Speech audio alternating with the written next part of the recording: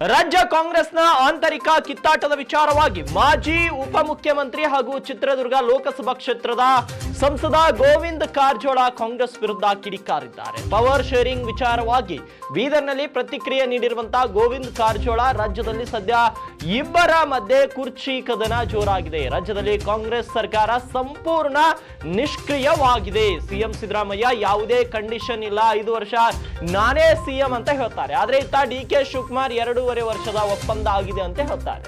ಒಂದು ವೇಳೆ ಇಬ್ಬರಲ್ಲಿ ಪವರ್ ಶೇರಿಂಗ್ ಒಪ್ಪಂದ ಆಗಿದ್ರೆ ಸಿಎಂ ಸಿದ್ದರಾಮಯ್ಯ ಡಿ.ಕೆ.ಶಿಗೆ ಸಿಎಂ ಕುರ್ಚಿ ಬಿಟ್ಕೊಡ್ಬೇಕು. ಸಿಎಂ ಕುರ್ಚಿ ಬಿಟ್ಕೊಟ್ಟಿಲ್ಲ ಅಂದ್ರೆ ಡಿ.ಕೆ.ಶಿ ಒದ್ದು ತಗೊಳ್ತೀವಿ ಅಂತ ಅಂದಿದ್ದಾರೆ. ಬಹುಶಃ ಆ ಕಾಲ ಬರುತ್ತಂತ ಕಾಣುತ್ತೆ ಅಂತ ಸಿಎಂ ಸಿದ್ದರಾಮಯ್ಯಗೆ ಕಾರಜೋಳ ಟಾಂಗ್ ಅನ್ನು ನೀಡಿದ್ದಾರೆ. ರಾಜ್ಯದಲ್ಲಿ ಸರ್ಕಾರ ನಿಷ್ಕ್ರಿಯ ಆಗಿದೆ, ಕುರ್ಚಿ ಕಾದಾಟ ಜೋರಾಗಿದೆ. ಸಿದ್ದರಾಮಯ್ಯನವ್ರು ಹೇಳ್ತಾರೆ ಯಾವುದೇ ಕಂಡೀಷನ್ ಆಗದೇ 5 ವರ್ಷ ನಾನೇ ಮುಖ್ಯಮಂತ್ರಿ ಅಂತ ಹೇಳ್ತಾರೆ.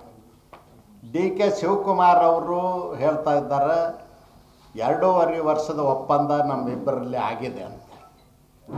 ಅದಕ್ಕೆ ಇಬ್ಬರಲ್ಲೂ ಆಗಿದ್ದರೆ, ಒಂದು ವೇಳೆ ಒಪ್ಪಂದ ಆಗಿದ್ದರೆ ಅವರು ಬಿಟ್ಟು ಕೊಡ್ಬೋದು.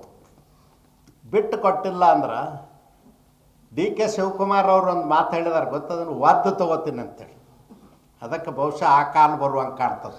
ಕಾಂಗ್ರೆಸ್ಸಿನ ರಾಷ್ಟ್ರೀಯ ಅಧ್ಯಕ್ಷರು ಖರ್ಗೆ ಅವರು ಕೇವಲ ಪದಾಧಿಕಾರಿ, ಸರ್ವಾಧಿಕಾರಿಗಳು ಬೇರೆ ಇದ್ದಾರೆ. ಸೋನಿಯಾ ಗಾಂಧಿ, ರಾಹುಲ್ ಗಾಂಧಿ, ಪ್ರಿಯಾಂಕಾ ಗಾಂಧಿ ಸರ್ವಾಧಿಕಾರಿಗಳು. ಸರ್ವಾಧಿಕಾರಿಗಳ ಅಣತಿಯಂತೆ ಕಾಂಗ್ರೆಸ್ ಪಕ್ಷ ನಡೀತದ ಹೊರತು ಖರ್ಗೆ ಅವ್ರ ಮಾತಿಗೆ ಕವಡೆ